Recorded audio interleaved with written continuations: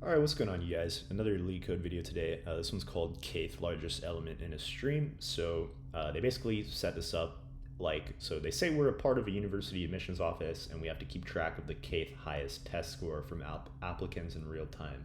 So they want some, kth sorted value in real time, right? That we have to implement a class for a given integer k that maintains a stream of test scores and continuously is able to return the kth highest test score after a new score has been submitted.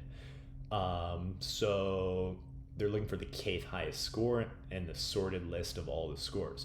So naively, right, if you didn't know the correct data structure to use here, you might think, okay, maybe we can use a vector to store the scores, but the issue is, since it's a data stream, you can obviously sort a vector pretty quickly with built-in functions in login time, but if we keep getting new scores all the time,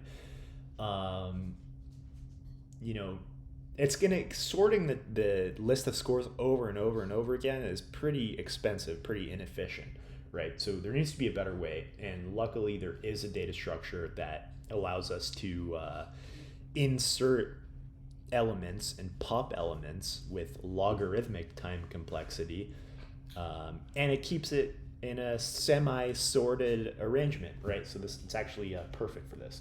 So it's going to be a heap, right? So that's going to be the best data structure to use here. It's a priority queue, also known as a heap. So we're going to be using a min heap for this problem. So min heap, and a couple properties about the min heap. So the min heap is a semi-sorted data structure, meaning we have big O of 1 access to the smallest element. So we have big O of 1 access to the smallest element in a min heap. Likewise, if this was a max heap, it would just be big O of 1 access to the biggest element, right? So, but this is a min heap, so big O of 1 access to the smallest element. Now you might be wondering, okay, how is a min heap going to help us get a kth largest value? Well, bear with me. So O of 1 access to the smallest element, there's also going to be big O of log k, we'll just say k, where k is the size of the heap. Big O of log k, it's going to take that much for pushing new values and then popping the smallest value. It's going to be big O of log k, right? So for this particular problem, let's see how this is going to work, right? So we are going to have let's just say this is our heap data structure down here, right? We're going to get some new values, right? So 4, 5, 8, and 2. So the way we're going to do that is we're going to keep pushing those one at a time to our heap. So first we have 4. Okay, that's a log k operation. First we have 4, then we have 5, then we have 8. Okay, but there's going to be a condition, right? We haven't had to check this yet, or we have been checking it, but we haven't had to do anything about it. So if the size of our heap exceeds k, then we're going to pop an element from that. And notice what's happening. So 4, 5, 8, with this min heap, we're going to have constant access to the smallest element. And then guess what this element happens to be? If we maintain size k on this heap, the smallest element is always going to be the kth largest, right? So that's kind of the key here, right? So maintain size k. That looks horrible, but that's the key. We're maintaining size k in our heap. So then we always have constant access to the kth largest element, right, in the min heap. So okay, so what's the next value? I think they said add a 2, right? So we're going to try to add a 2. That's going to be log k time. And then we're going to pop from the heap. So now this is going to be the smallest element with constant access, but we exceeded size k, so we're just going to pop it. So notice how that works for values that are smaller than the smallest element. You know, it doesn't really matter what the values are now. Like we could add like a 100, and that's going to change, you know, what the smallest element is now because it's bigger than all of them, but it'll be fine. That's a log k operation. We still have constant access to this.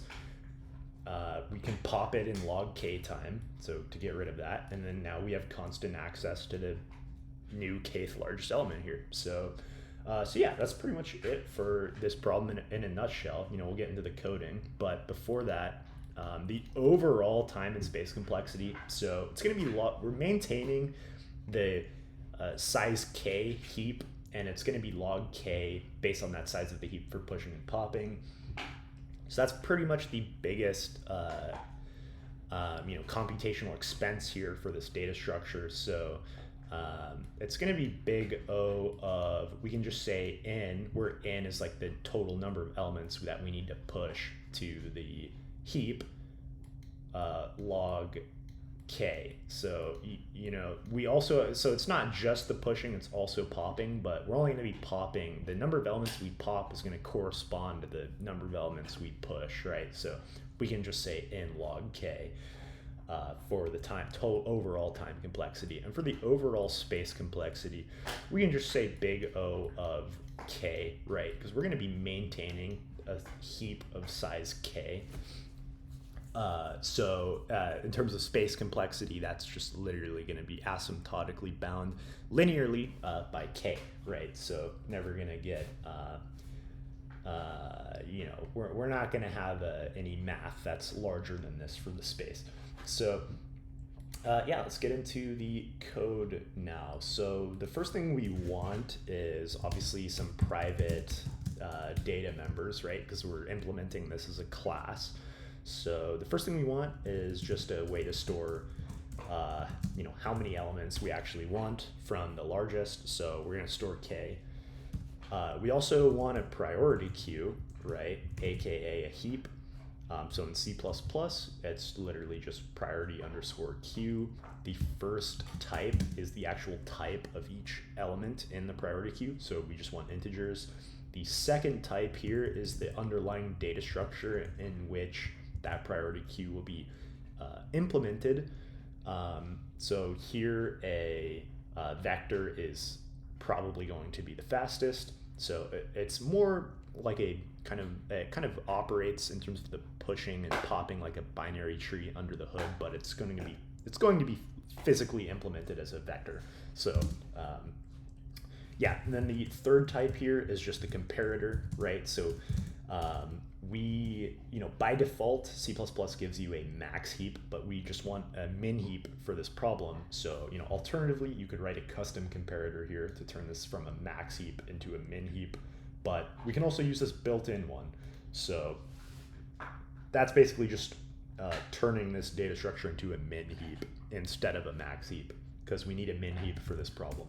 So we're going to call that min heap, and then let's go ahead and do our constructor. So first thing we'll do is just set this k equal to k, right? And then we need to just iterate rather through all of those numbers and nums, all those integers, right? Because we need to add those to the heap.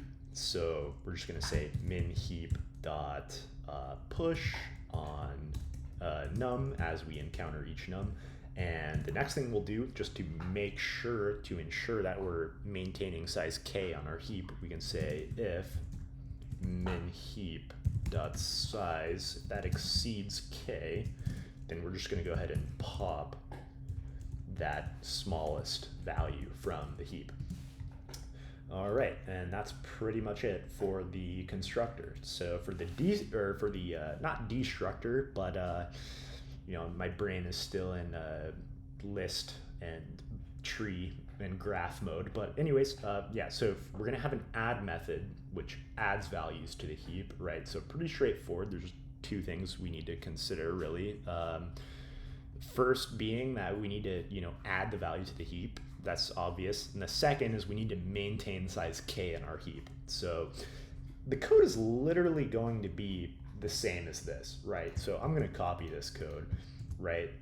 what this code is doing is we're pushing the, a given val onto the heap, and then we're just checking if it exceeds that size k, and then popping, right? The last thing we need to do is return the actual kth largest element, because they want that function to also do this, right? It returns an integer, which is the kth largest element. Luckily, with the heap, we can do that in constant time, right? We have constant access to the top of the heap, which is the kth largest element with the way we've set this up. So we can just return min heap.top.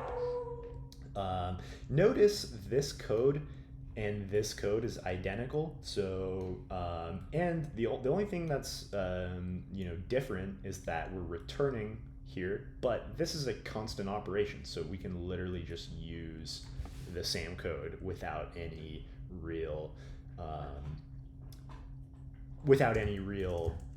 penalty, right? So we're gonna say, if anything, it just makes the code easier to read. So we're gonna say this add num, and that's going to effectively accomplish the same thing. So yeah, hopefully this video helps you understand kth largest element in a stream better. If it did, leave a like and subscribe, and I'll see you guys in the next video. Peace.